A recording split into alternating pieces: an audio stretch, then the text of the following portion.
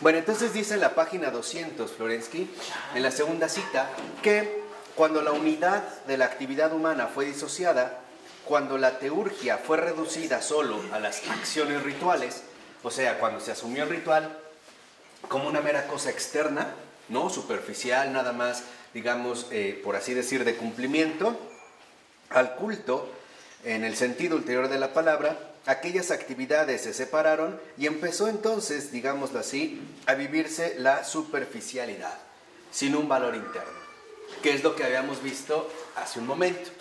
Lo fundamental es darnos cuenta cómo la teurgia, que es lo que hemos venido comentando, involucra, dijimos, una concepción religiosa del mundo y, además, un estilo integral de vida.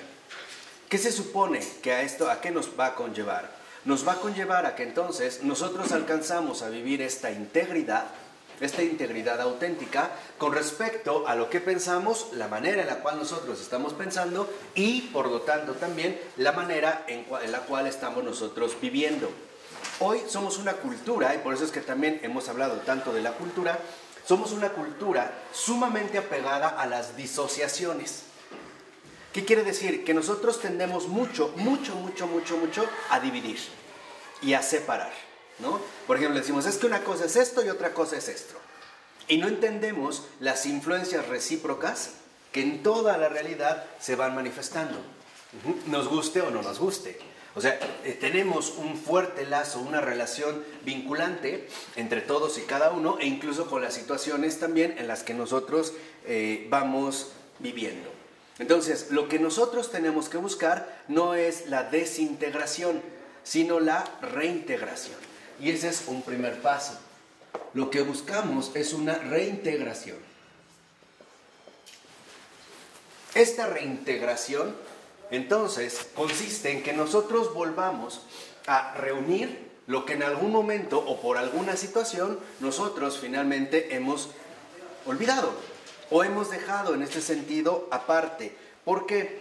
Porque lo que vemos es que no se trata de que asumamos una especie de actitud autónoma o de suponer que lo que vivo no tiene mayor repercusión. Yo lo que también les he comentado es que tenemos que ser muy consistentes y darnos cuenta que mi vida es un foco de repercusión para un montón de gente. Y no necesariamente va a ser la gente que yo conozco o que es más cercana a mí. La mayor parte de la gente en la que voy a repercutir es gente que ni conozco, que probablemente estaba yo en un café y el hecho de cómo yo le hablé al mesero y alguien me vio, yo ni siquiera lo vi, eso también es una influencia. Y ahí hay que estar muy al pendiente. ¿Por qué? Porque les he dicho, cada uno de nosotros es una fuente viva de transmisión que se va desarrollando, ¿no? De manera mutua. Entonces, aquí es cuando vemos que esta reintegración consiste en dar estos pasos siguientes. Primero, que no desgajemos teoría y práctica, ideas y vivencias. Acuérdense lo que les dije, ¿no? Cada acción de nosotros tiene como respaldo una cierta idea. O dicho de otra manera, la forma en la cual pensamos se va a manifestar en la forma en la cual vivimos.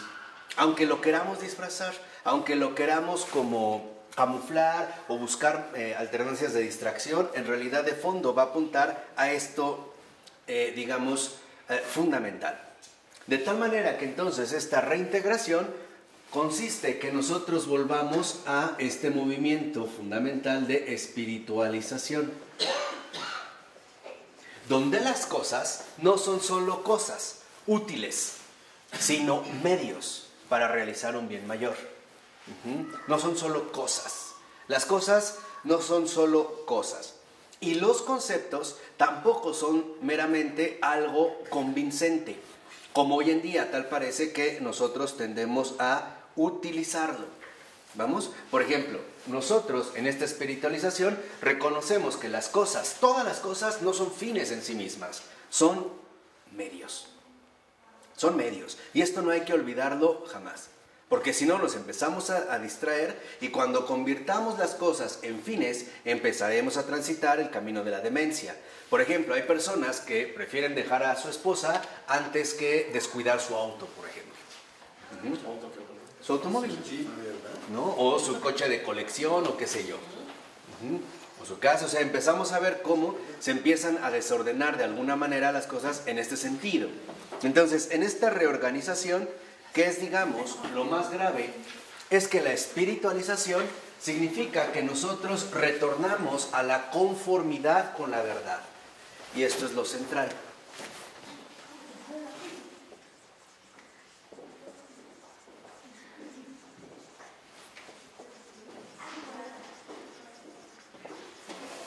Y no seguir, digamos, en esta línea como algo, como dice Florensky en la 201, en los 3 últimos renglones de la primera cita, que todo se volvió semejante a la verdad.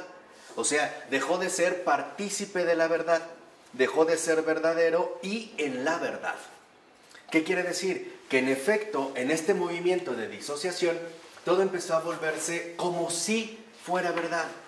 Y empezamos a transitar cada vez más una cultura, sobre todo apegada a las apariencias, ¿no? O sea, te voy a hablar, por ejemplo, lo que te voy a decir es algo que te resulte convincente, nada más, para obtener ciertos propósitos egoístas o satisfacer, digamos, ciertas exigencias enteramente egoístas. Por ejemplo, te voy a hablar como si fueras la persona más especial del mundo para obtener lo que quiero de ti, ya sea sexualmente, físicamente, económicamente, lo que quieras. O al revés. Simplemente te voy a hablar, ¿no?, de manera convincente, sin que ello involucre de fondo esta conformidad con la verdad. Y este es el problema nuclear de nuestra cultura contemporánea. La no conformidad con la verdad. Nos conformamos con una mera apariencia de verdad, como si fuera verdadero, ¿no? Estoy contigo, en realidad no te amo, pero bueno, es como si te amara, ¿no? Te trato bien, te hablo bonito, tengo detalles, pero no hay un verdadero compromiso de reintegración. Entonces, ¿qué es lo que estamos llamados a recuperar? ¿Qué significaría conformidad con la verdad? Pues autenticidad. De tal manera que esta autenticidad se va a ver reflejada a su vez en estos dos elementos que comentamos. Primero, lo que digo es lo que es. Ya basta de responsabilidades verbales. Lo que digo es lo que es. Si yo te digo, te amo, es porque hay de por medio todo un mundo en esa frase. Cuando tú le dices a una persona, te amo, lo que le estás diciendo es, estoy dispuesto a dar mi vida por ti. Pero si te hace fácil decirle a una persona, te amo, y después ya andas con otra, tú estás destruyendo al mundo entero.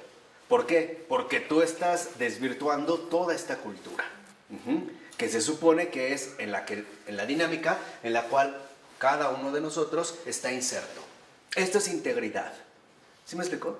Entonces, por ejemplo, Wittgenstein, o este filósofo que cito, que por cierto acaba de sacar un libro de él que está bueno, valdría la pena adquirirlo, caro, pero vale la pena. Son obras juntas, el volumen 2. Pero él decía, ante lo que no se puede decir, lo mejor es callar. O sea, tenemos aquí nosotros que tomarnos muy en serio el decir y el callar. Hay que darnos cuenta que las palabras pesan. Por eso les decía, cuando digamos sí, es sí.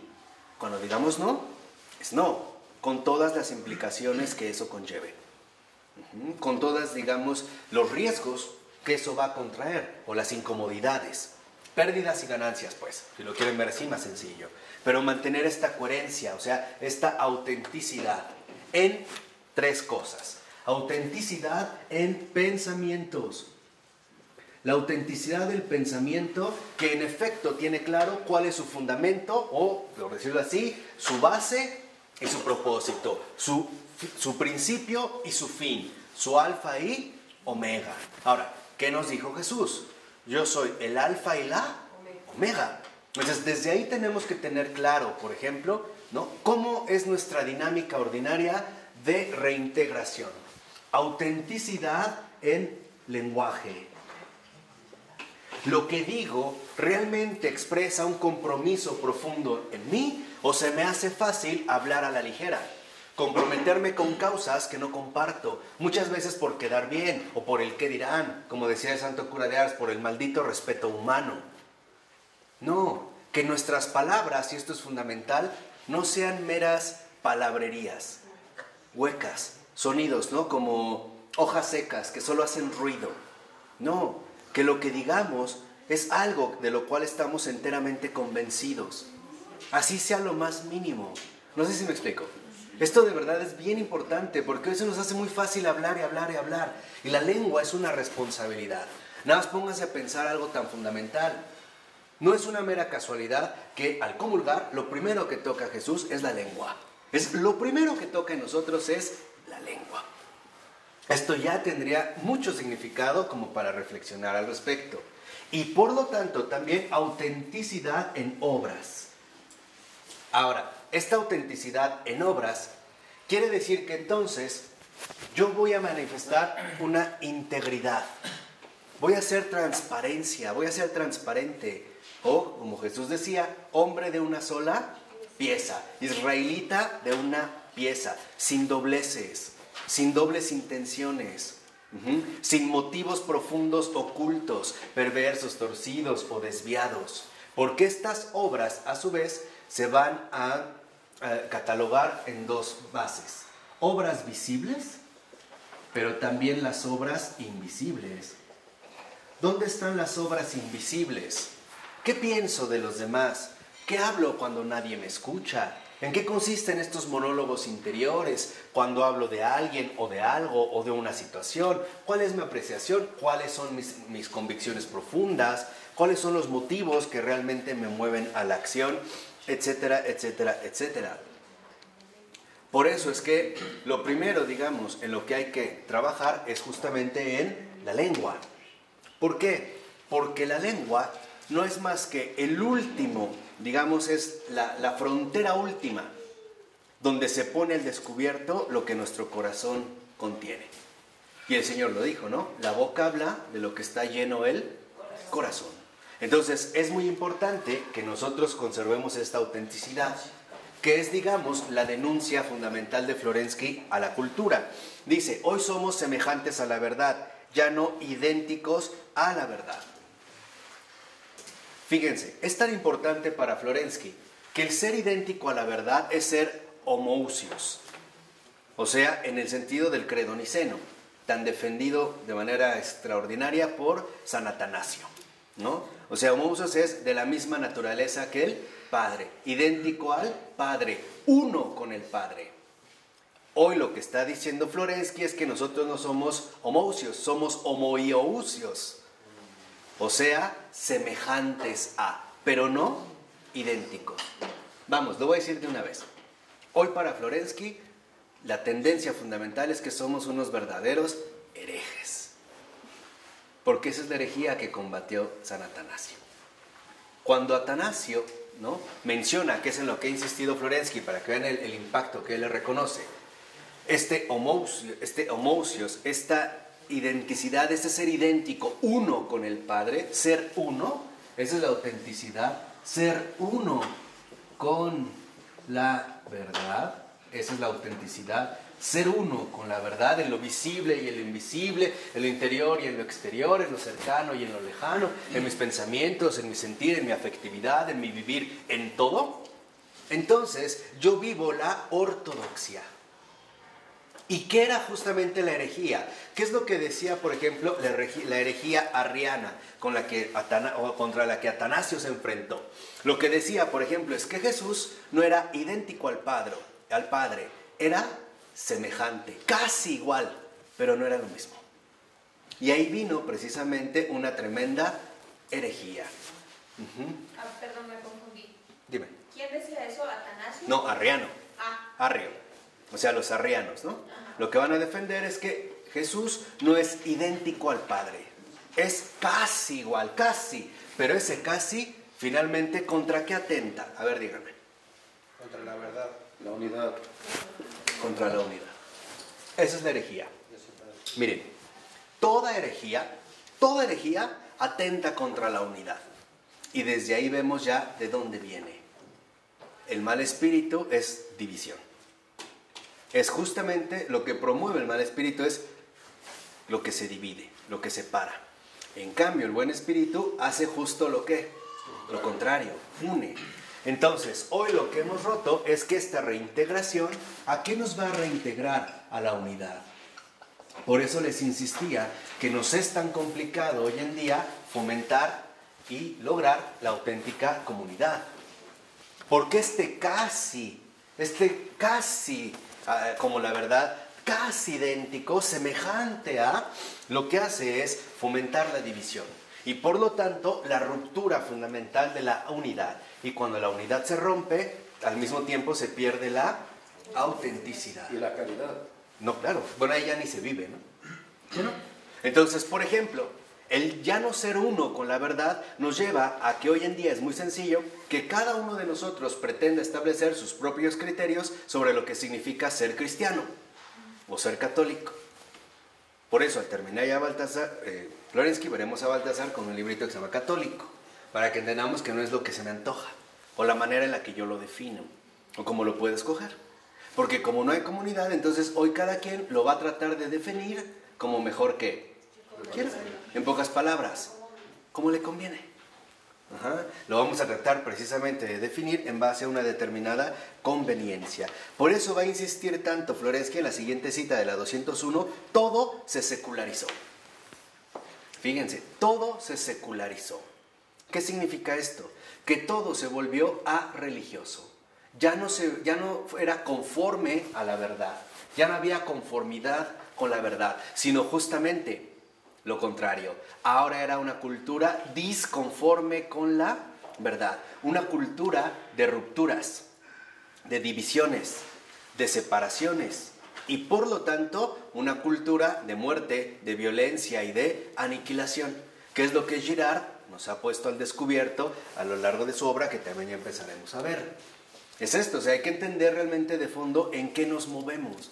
Entonces, es muy importante que nosotros evaluemos cómo está realmente nuestra espiritualización. O sea, hacia dónde es que realmente se está dirigiendo todo mi ser, a la unidad o más bien a la ruptura de esta humanidad. ¿Qué es secularizar? Secularizar es que todo se volvió no religioso, sin referencia a una trascendencia. O sea, lo secular involucra una erosión de lo religioso en la vida social, en la vida del hombre. Por ejemplo, un secular es que se utiliza la palabra secular para hablar del tiempo, ¿no? Que sería como el sentido profundo. Entonces, para un hombre secular, todo es puro tiempo. Más allá no hay qué, no hay nada. Entonces, para un hombre secular, todo depende del tiempo aprovechado.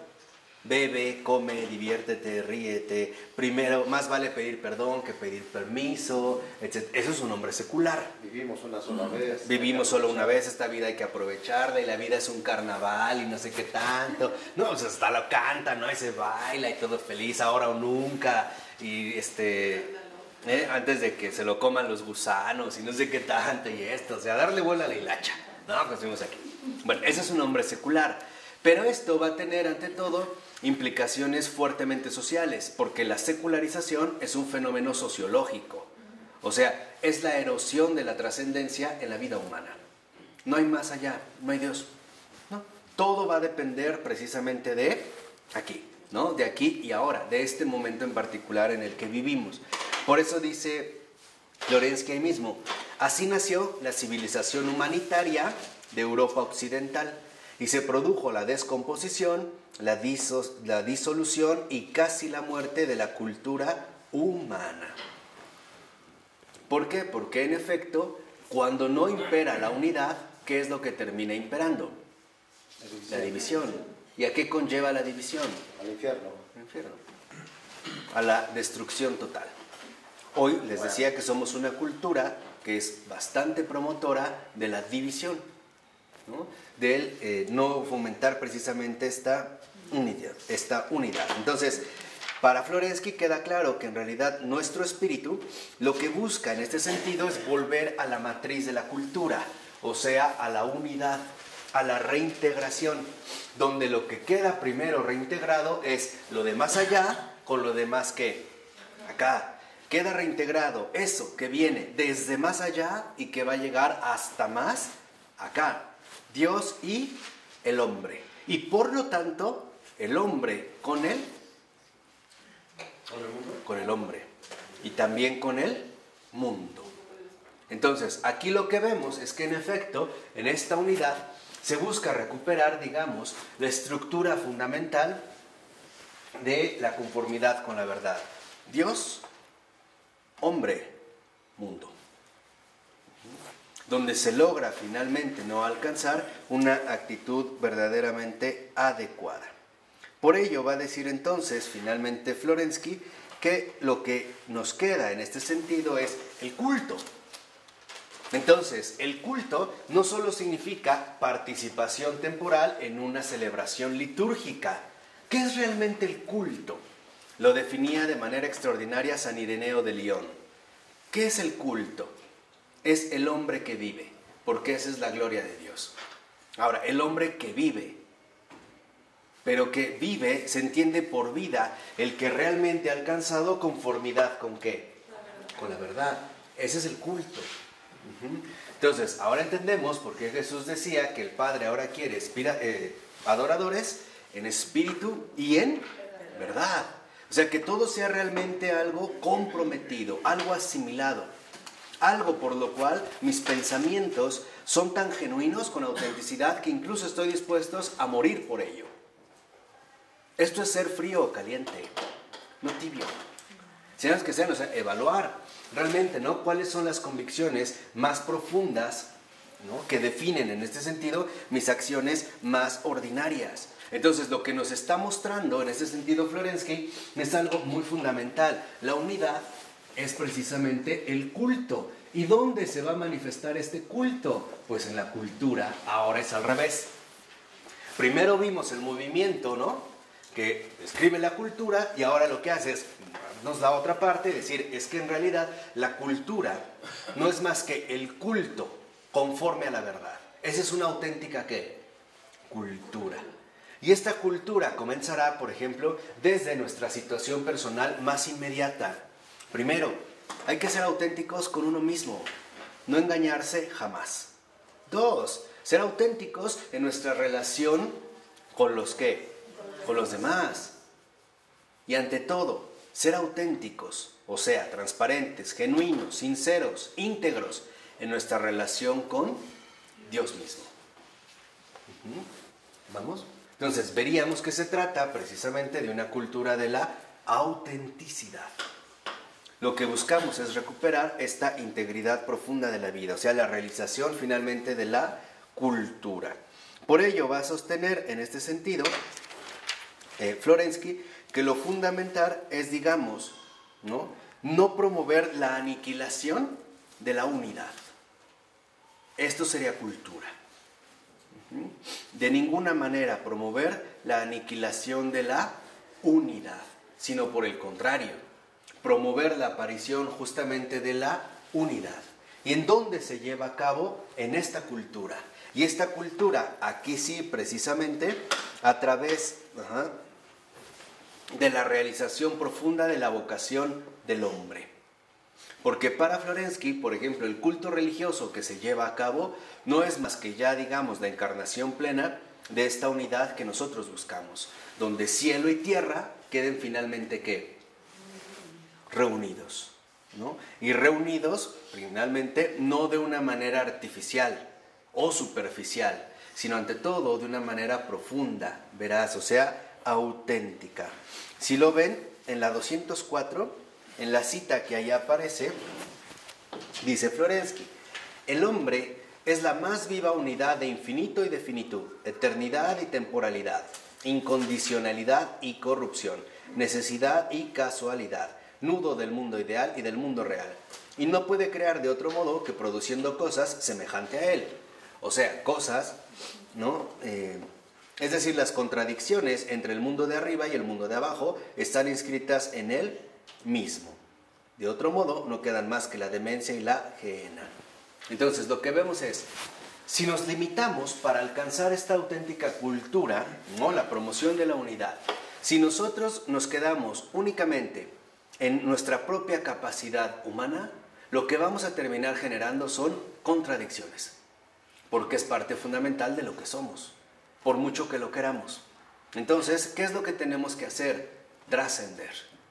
y por lo tanto no ir en el mismo fenómeno sociológico como es la secularización.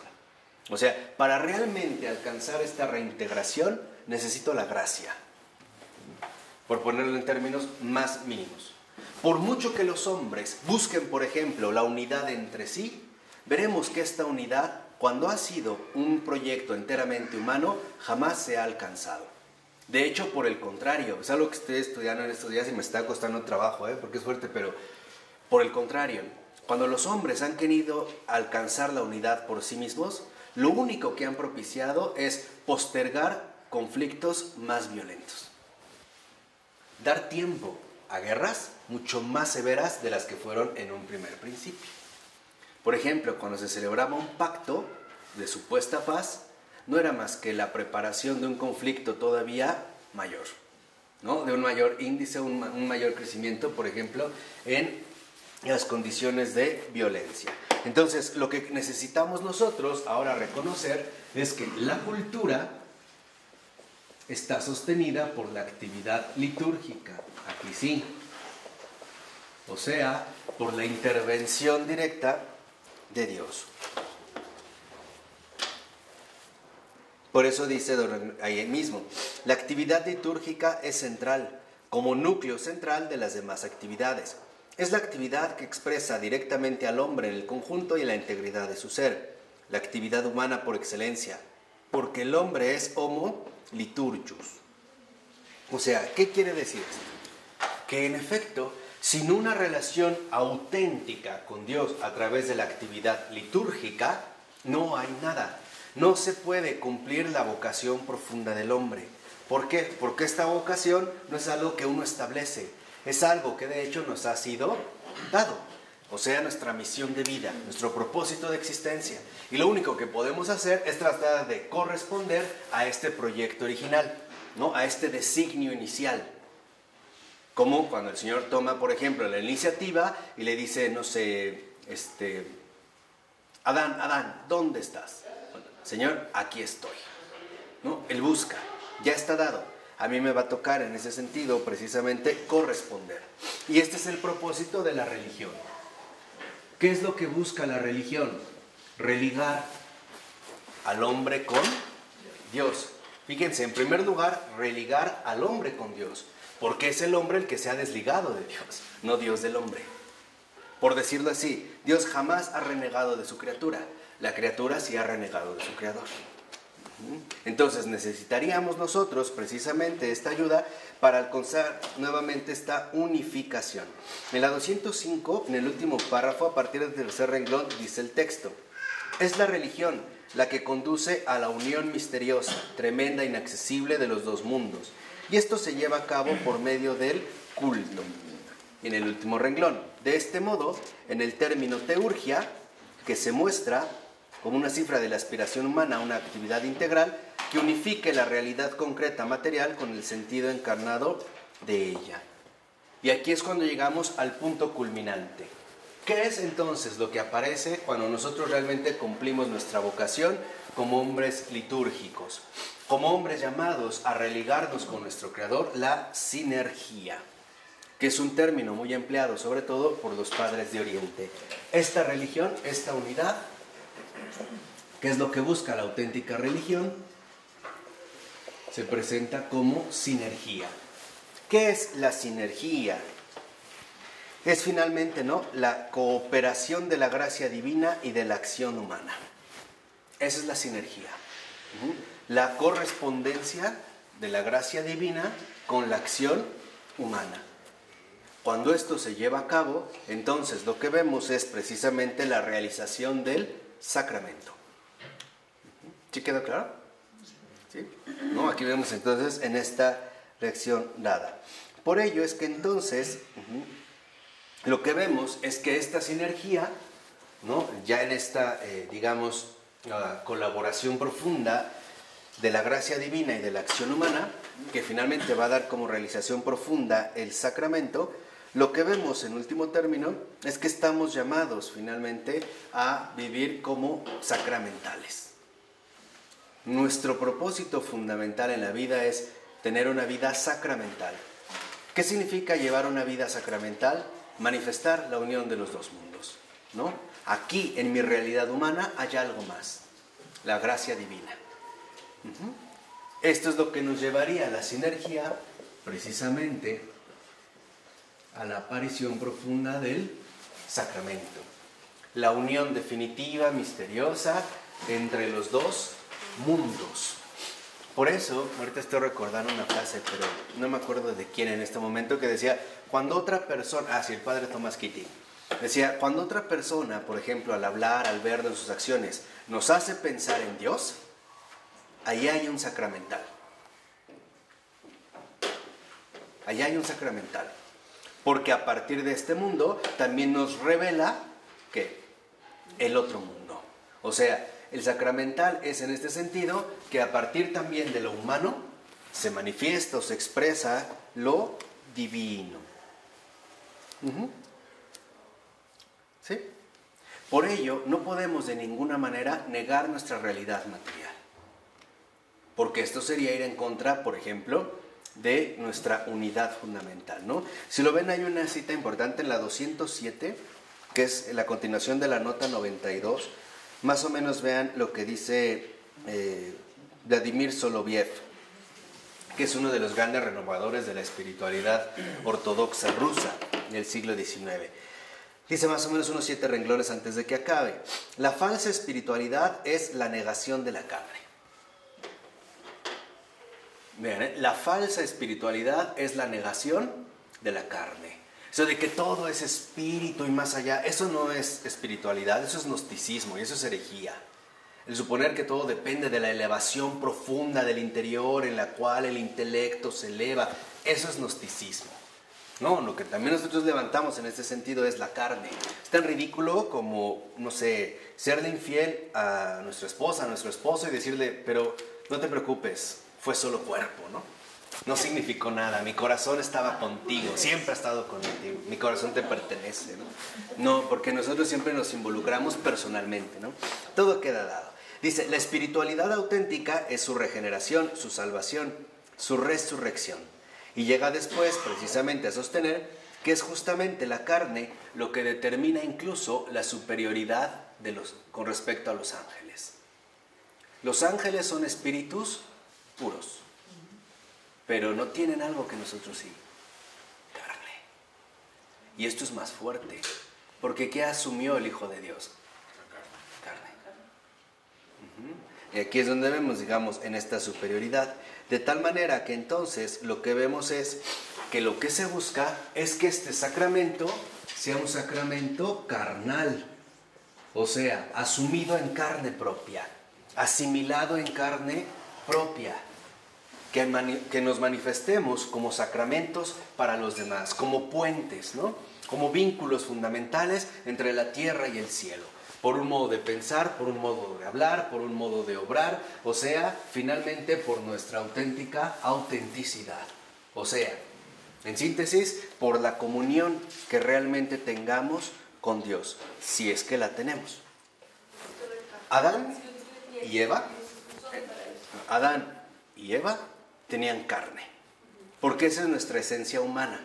Tan es así que cuando Adán ve por primera vez a Eva, lo primero que dice es, esta sí es carne de mi carne y huesos de mis huesos. O sea, la carne es la particularidad fundamental de nosotros como humanos.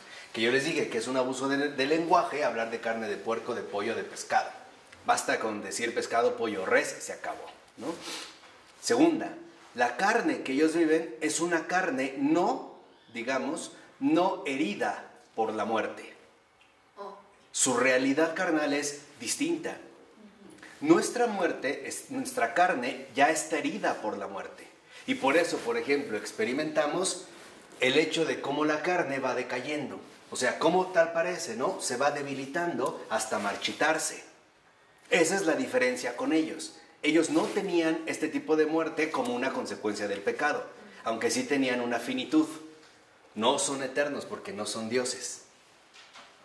Pero no es, digamos, la misma noción de muerte que nosotros hoy tenemos. En ese sentido es muy complicado. Entonces, la carne es aquello que representa nuestra realidad fundamental. Entonces, esto es lo que habíamos mencionado. ¿Dónde queda la carne? en que el sacramento se haga algo carnal, o sea, una experiencia en carne propia. Es de hecho el núcleo fundamental del cristianismo, si lo entendemos desde acá. ¿Qué es el cristianismo? Acontecimiento radical de encarnación. Por eso Dios, al encarnarse, siendo Dios, se hace también verdadero ¿qué? Hombre. Entonces, si nosotros dejamos que en realidad la gracia se encarne, ¿en qué terminaremos transformándonos? En carne de Cristo. ¿Y cuál es la carne de Cristo? ¿No es la iglesia? Es eso. Al 100%. Es su cuerpo, ¿no? Por eso se habla del cuerpo de ¿qué? De Cristo. Por eso les decía que no crean que es algo como tan sencillo como hoy lo tomamos. ¿Cómo iba a llegar a la similitud con una carne perfecta, no? Algunos místicos o santos han visto que en ese estado, digamos, paradisiaco, lo que es un hecho es que no es una finitud como nosotros la entendemos, atravesando, por ejemplo, decadencia o dolor o angustia. Era simplemente como aceptar a la luz de la verdad mi realidad limitada. Por decirlo más como un sueño, que no involucra agonía o miedo, no hay ello. Porque no está, digamos, todavía el error ahí. Es como la luz de la verdad, ¿no? O sea, la criatura acepta que esa criatura es finita, ¿no? Y que no compite precisamente con su creador. Sería una experiencia totalmente diferente a la que hoy en día cada uno de nosotros vive. Entonces, hoy lo que necesitamos, les decía, es una reintegración. O sea, reorientarnos nuevamente, de manera constante, a esta realidad sacramental. Cada uno de nosotros está llamado a adquirir esta dimensión sacramental, una transfiguración, una espiritualización profunda, que también va a adquirir o va a tomar peso a partir de toda nuestra realidad carnal. Acuérdense, cuando decimos carne no estamos hablando del cuerpo, como esta parte objetiva nada más de nuestro ser externa. Estamos hablando de nuestra esencia. Hablar de la esencia humana y hablar de la carne es exactamente lo mismo, ¿no? Hablar de nuestra carne. Entonces, si seguimos precisamente por acá, lo que vemos es que se trata de que este sacramento carnal, esta encarnación de la gracia, esta experiencia en carne propia, constituya justamente la experiencia creyente auténtica.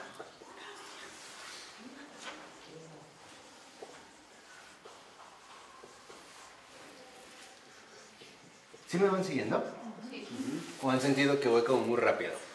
No, es que yo creo que vamos a avanzar, ¿no? Más, o sea, la experiencia creyente auténtica es justamente la consumación fundamental de esta reintegración. ¿Por qué? Porque hoy en día nosotros, por una especie de manía de psicologismo, solemos considerar que creer solo se limita a eso. O sea, que creer es tener una cierta convicción intelectual o una preferencia psicológica por algo en lugar de otra cosa. ¿Cierto o no? O sea, en pocas palabras, hemos limitado la creencia a lo psicológico. Creer es las posturas psicológicas o ideas que tienes acerca de una cosa. No, lo que tenemos que recordar es que la experiencia creyente es la encarnación auténtica de la gracia. Eso es creer. Creer y encarnar es exactamente ¿qué? Lo mismo. Van en ese sentido de ¿qué? El ejemplo perfecto, María. María cree y concibe, encarna. Por eso María es la mera jefa de jefas de todos y de todas. Porque ella es la experiencia creyente auténtica, jamás igualada. María cree, acuérdense, hágase en mí, según ¿qué? Tu palabra. ¿Y qué pasó? Sí, inmediato. Se encarna, rápido. Entonces, este es, digamos, ¿no?, el camino que nosotros debemos transitar. Por eso es que María es la gran maestra de la fe. Por eso, si lo ven, María está por encima de toda criatura.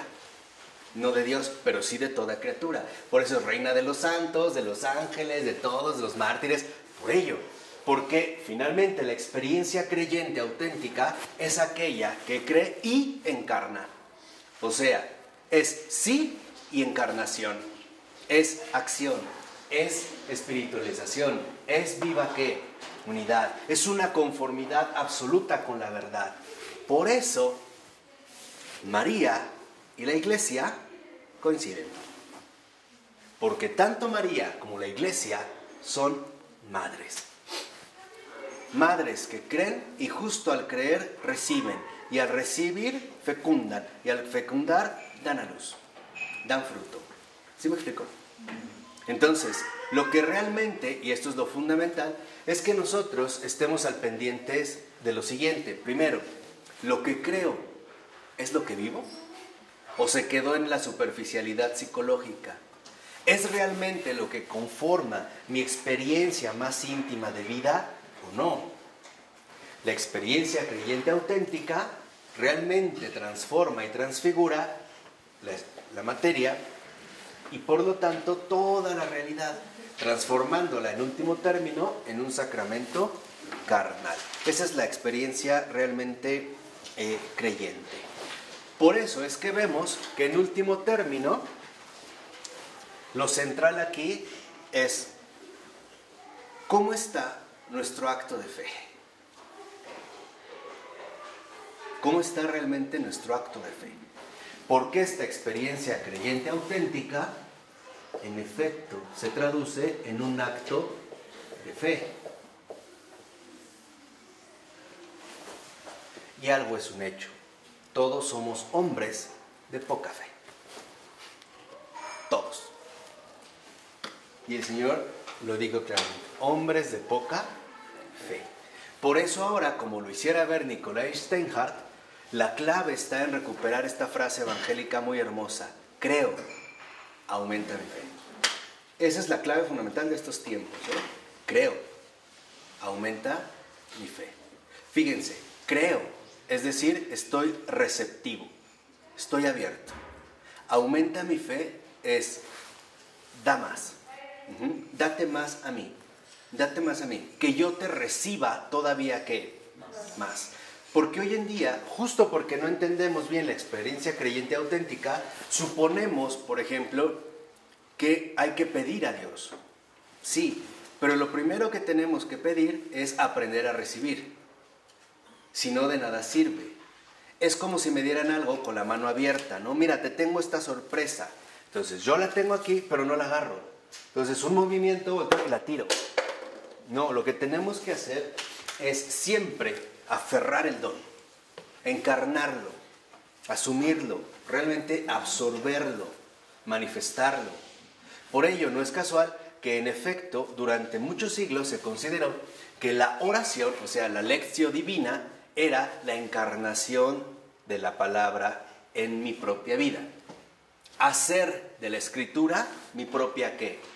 Vida. Mira, todo auténtico cristiano tiene una palabra que en particular le dirige. Por ejemplo, hay cristianos que les han movido, ve y vende todo lo que tienes, dáselo a los pobres y luego ven y sígueme. Para Agustín fue, basta de borracheras, de comilonas, de bla, bla, bla, bla.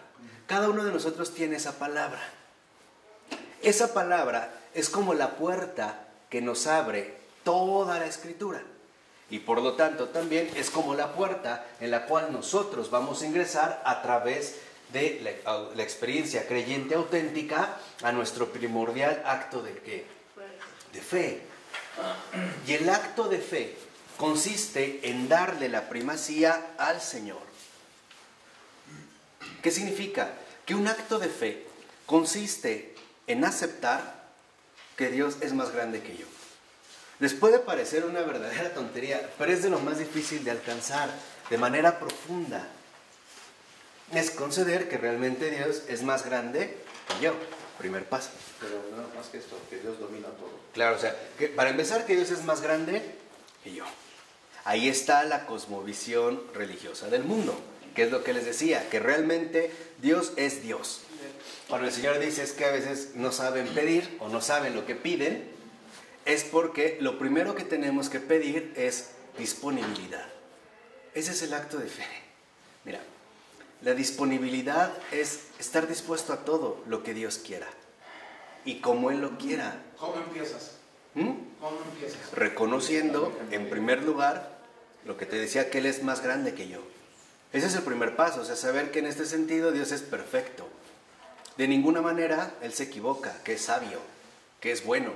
Aquí sí entendemos que es omnipotente, que domina sobre todo y que todo siempre lo va dirigiendo a un buen fin. Porque en último término, Dios es ¿qué? Amor. Amor. Por eso lo dice San Juan, Dios es amor. Entonces ver que no es un déspota salvaje que trata de hacer las cosas por meros caprichos. No, es una sabiduría inabarcable.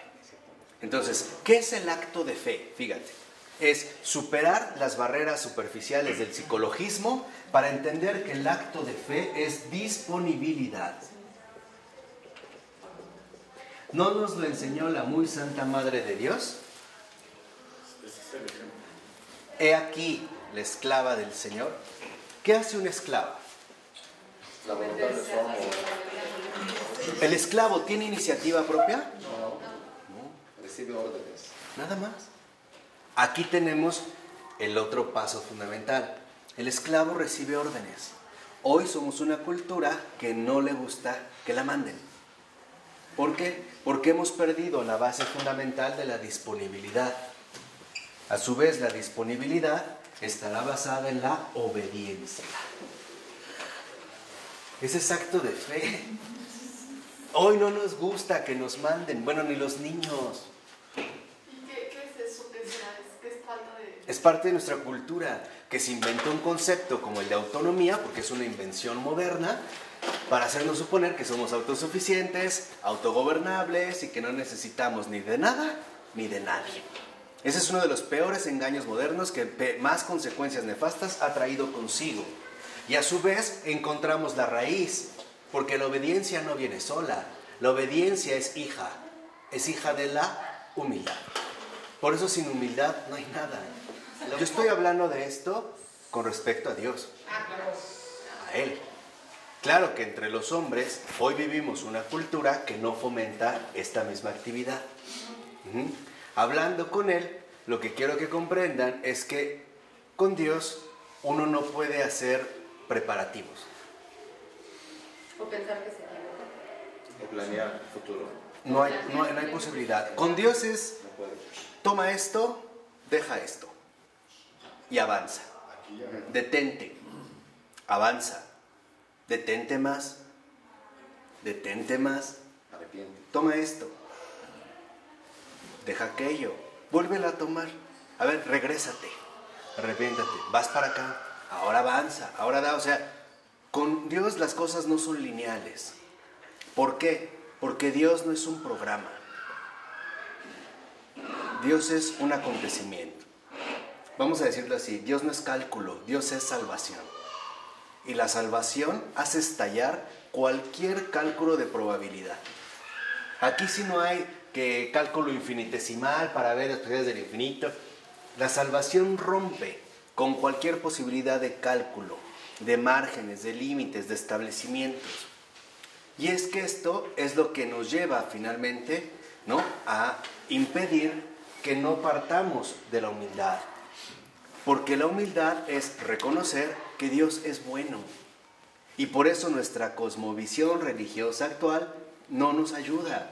Porque seamos sinceros, muchas veces decimos Dios es bueno y no obstante vivimos que no es bueno conmigo. Que puede ser bueno con los demás, pero conmigo no. Y eso es medio raro. ¿Cómo que Dios es bueno con todos y conmigo no? Es que a mí me ha dado enfermedad, o me ha dado esto, me ha quitado, o qué sé yo. Y entonces empezamos a distorsionar las cosas de manera propia. Y allí es cuando entra nuestra responsabilidad.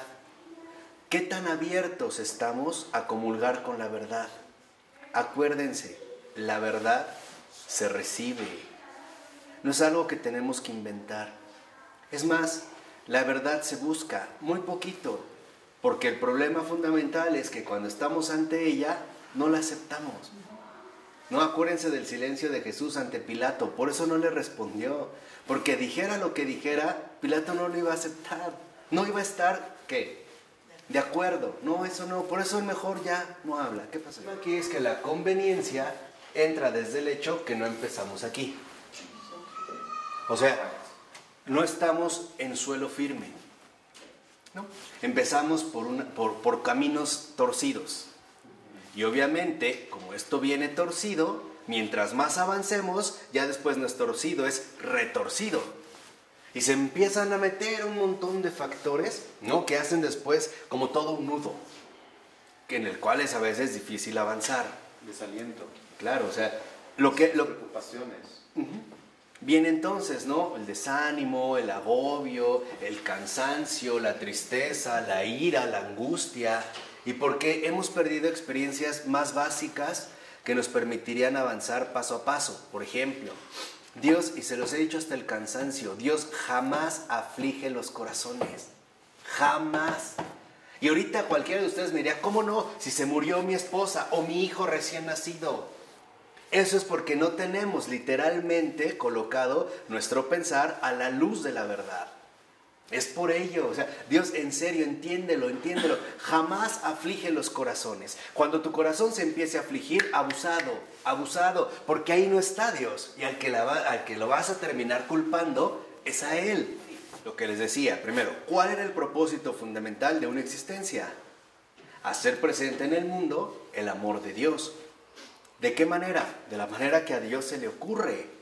Entonces, reconocer que en este sentido nosotros estamos llamados a no quedarnos con nosotros mismos, sino a llegar un poco más lejos. Dicho de otra manera, y vean, lo voy a resumir así. Si una persona en su vida no logra hacernos ver a Dios, cuando esa persona muera, nos vamos a quedar muy apegada a ella, ¿o no?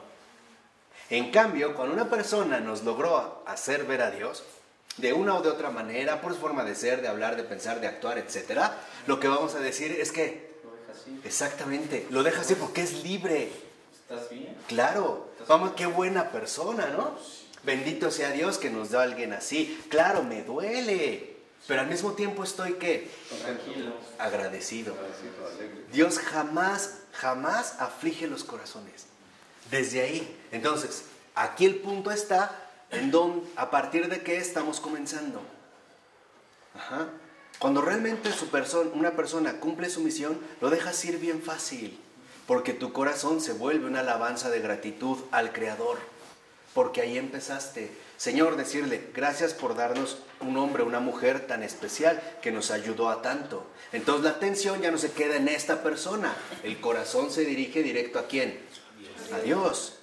Y seamos sinceros, cuando atravesamos una pérdida muy fuerte y no la superamos y nos duele mucho, el motivo es uno. No tenemos disponibilidad para renunciar a nuestros propios apegos, a mis malas percepciones. Y esto es literalmente lo que nos destruye. Justo lo que el Señor, de lo que el Señor nos quiere salvar, es de lo contrario a la conformidad con la verdad. Toda aflicción, toda tristeza no es más que la mierda del diablo. Así de sencillo, no hay por qué darle vuelta, eso es lo que él avienta. Y aparte tiene diarrea. Es en serio, salpica, en serio. No, de verdad. Entonces nosotros no podemos, en ese sentido, como que irse manejando de manera ingenua o a la ligera. Tenemos que entender bien dónde estamos colocados desde el principio y cuál es la finalidad, ¿no?, que estamos tratando de alcanzar o de obtener. ¿Qué pasó? Entonces, aquí está el primer paso. Por eso les decía que todo depende de la conformidad con la verdad. Fíjense, la humildad. La humildad es saber que Dios es el creador de todas las cosas y que por lo tanto, lo intuyó muy bien Ale, que es muy intuitiva. Entonces, todo es suyo. Todo es suyo. Todo. Todo es suyo. Todo. Y esto no es fácil de asimilar, ¿eh? En serio, de verdad que no es fácil. No crean que es algo, ay, sí, que genial, ya. No es cierto. Porque nosotros tendemos, y esa es otra de las consecuencias graves del pecado, a apropiarnos lo que no es nuestro. Lo que nosotros siempre le queremos decir a Dios es, no, esto es mío. Mío, esta es mi vida, mi cuerpo, esta es mi esposa, mi pareja, este es mi cabello, ¿por qué me dejas calvo? Etcétera, etcétera, etcétera. O sea, lo que queremos es justamente que arrebatar. Cuando el Señor nos dice, espérate, es tuyo, porque yo te lo doy. Pero no lo aceptas como regalo mío. No sé si me explico, Sí, claro. ¿no? Entonces, esto nos lleva a comprender que en efecto, si yo reconozco que todo es suyo y todo es todo, o sea, yo también, entonces quiere decir que hay un objetivo más grande dentro del cual esta creación precisamente se va moviendo. Por eso es importante siempre estar trabajando en el corazón a la luz de la humildad. ¿Cómo? Hay una forma muy simple. Estar repitiendo constantemente, sobre todo al momento de la consagración y de la comunión. En cuanto lo recibamos, decirle: Jesús, nada mío, todo tuyo. Nada de lo mío, solo lo tuyo. Porque al menos eso demuestra una disponibilidad, ¿sí o no? Sí, y a eso a Jesús le basta. O sea, algo que no hemos olvidado también es que para Jesús lo importante es la disponibilidad. Por eso la pusimos al principio, aunque ya vimos cuáles son sus raíces. Basta con que tengamos el menor deseo de que sea como Él quiere para que Él lo haga absolutamente ¿qué? Todo. Cuando dejamos que Él lo haga todo, quiere decir que entonces esto se va a ir realizando como yo espero. Mejor. Pero no me va a gustar. Porque yo quiero que se haga exactamente como yo lo quiero. ¿Y esto es normal en un ser humano? Sí. No hay por qué alarmarse. Eso es algo que también quiero que entiendan muy bien. Por eso dijimos que era una experiencia concreta. O sea, la sacramentalidad carnal. Y de esto uno va aprendiendo. Porque hay una realidad que también olvidamos frecuentemente. Tenemos mucho tiempo para irnos desapegando de las cosas, de todo. Porque si no, la muerte se va a encargar de arrebatárnoslo todo de jalón, ¿no? Y ahí va a entrar la labor del tiempo. O sea, no olvidemos que somos seres temporales y que el tiempo en nosotros tiene un peso de eternidad. Necesitamos tiempo para alcanzar la eternidad. Y por eso es que se nos dio. Por eso es muy fundamental que nosotros nos demos cuenta y entendamos cuál es, digamos, este proceso de crecimiento, esta escuela fundamental que en efecto se llama ¿qué? Religión. Para eso van a la pastoral. No crean que van a aprenderse los versículos y a ver este libro y entonces damos esto. No, no es eso. La experiencia profunda de la pastoral es la experiencia profunda de la religión. O sea, la experiencia creyente auténtica que en último término nos ayuda a fortalecer, a crecer cada vez más nuestro acto de ¿qué? De fe. ¿Quién es un hombre de fe? ¿El que lo cree todo? No, el que lo acepta todo. Ese es un hombre de fe. Lo vemos en Abraham, ¿no? Vas a tener una descendencia, ok, nace Isaac, después llame a Isaac. ¿Y qué hace Abraham? Lo da. Ahora, ¿por qué lo da? ¿Porque es un campeón? ¿Un fuerte? No, porque Dios ya le había cumplido. ¿Sí o no? Porque acepta. Y ya tuvo un hijo. No es nada más una idea, ya tiene un hijo. Cosa que ya era imposible, Isaac. Si le dice a Abraham, dame a Isaac, Abraham, ¿qué dice? Eso es lo que quiero que entiendan. Dios jamás obra a ciegas con nosotros, ¿eh? Eso es una tentación protestante que podemos estudiar en Kierkegaard y en otros. Dios no va a ciegas. Dios cuando nos pide algo es porque previamente ya hemos recibido algo que nos puede ayudar a, ¿no? Por ejemplo, ¿de cuántas dificultades no nos ha sacado el Señor? Todas. ¿Por qué va a dejar de ser fiel? ¿Me explicó? O sea, siempre nos da bases concretas. No es empezar así de cero, a ciegas. Híjole, es que voy en una tormenta de arena donde no ve nada. No, para eso tienes memoria. Por eso es que nosotros vemos que entonces el acto de fe es disponibilidad. Y esta disponibilidad nos va a conducir finalmente al genuino acto de adoración. ¿Cuál es el genuino acto de adoración? La gratitud. Porque Dios siempre alegra los corazones. Esta es la adoración. Adoración no es sumisión, con cara amargada y doblegada, es que eres el omnipotente y me quiero portar mal, pero tú me castigas, ¿no? No, es una idea totalmente falsa. Es experimentar en lo más íntimo qué bueno es el Señor. Y esto lo que hace es estallar precisamente el corazón. Ese es el dogma. Entonces, ¿qué es el dogma? La experiencia profunda de la realidad creyente. De ahí viene precisamente el acto ¿qué? De fe. Y eso es en lo que va a insistir Florensky precisamente, ¿no? Haciéndonos recordar, por ejemplo, que no podemos nosotros tratar de pensar el dogma como en una mera cuestión teórica, que no tiene nada que ver con mi vida. Por ejemplo, a partir de María, ¿no dimos el dogma de la Inmaculada Concepción? ¿O no? Eso es lo que tocamos. Y vemos precisamente, ¿no?, esta transmisión tan profunda que nos puede llevar a dar. Por eso lo que vemos aquí es cuando habla de Atanasio, es que estamos llamados a poder superar, como él, los límites del entendimiento. Porque nuestro entendimiento es autoproductor. ¿Qué significa esto? Lo vimos la vez pasada, que el entendimiento quiere que todo sea a su medida. La razón se abre a otra cosa más. Por eso cuando entendemos, queremos, por ejemplo, no solo entender, sino comprender, buscamos razones o no. Sí. Ir dando razones nos permite a nosotros entonces ir comprendiendo mejor las cosas. Sí. Por ejemplo, puedo comprender el por qué una persona atraviesa una enfermedad, aunque no entienda precisamente que tenga que ser de esa manera. Entonces, la razón se va a transformar también en un órgano fundamental de la fe. Por eso es que tenemos que crecer tanto intelectualmente como afectivamente, o sea, en términos realmente espirituales.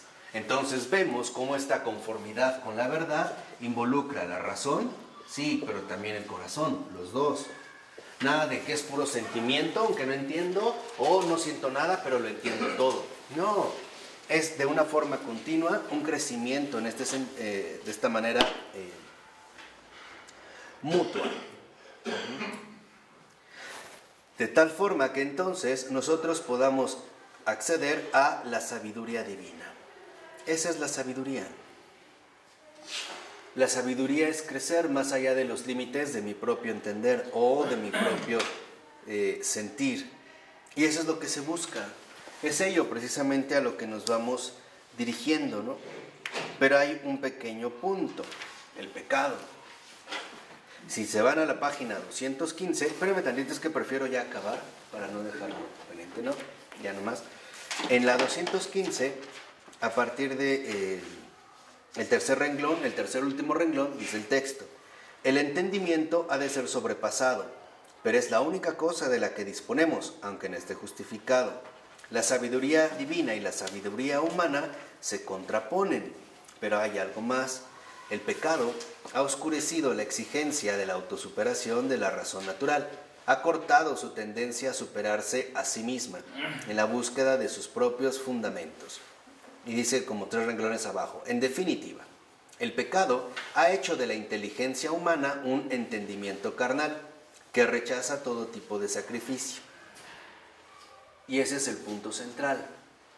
La humildad, entonces, aquí encontramos un punto central, es sacrificarse a sí mismo. Esa es una persona humilde. Por ejemplo, desde alguien que está dispuesto a cambiar de idea cuando reconoce que otra idea es mejor, porque en realidad lo es. ¿Qué quiere decir? Que en realidad la humildad nos conduce a jamás buscar ocupar el primer ¿qué? El primer puesto. Y el Señor insistía mucho en eso, ¿no? El que quiera ser el primero de todos, que sea el último. Eso solo se puede dar a partir de la humildad. O sea, este deseo fundamental o esta disposición a sacrificarse a sí mismo. Entonces, justo porque hemos perdido esta inclinación hacia el sacrificio, es que no logramos sacralizar o no logramos alcanzar de manera sacramental toda nuestra verdadera autenticidad. E interrumpimos justamente la sinergia. Entonces, lo que nosotros buscamos en este sentido es recuperar nuevamente esta plenitud vital a la que hemos sido llamados. Esta sinergia, esta interacción profunda, aunque no por ello menos problemática, de la gracia divina y la realidad humana. ¿De acuerdo? ¿Alguna duda? ¿Alguna pregunta? Ya están abatidos, quedan ya como gastados. Vamos a dejarle hasta aquí. En nombre del Padre, del Hijo y del Espíritu Santo. Amén.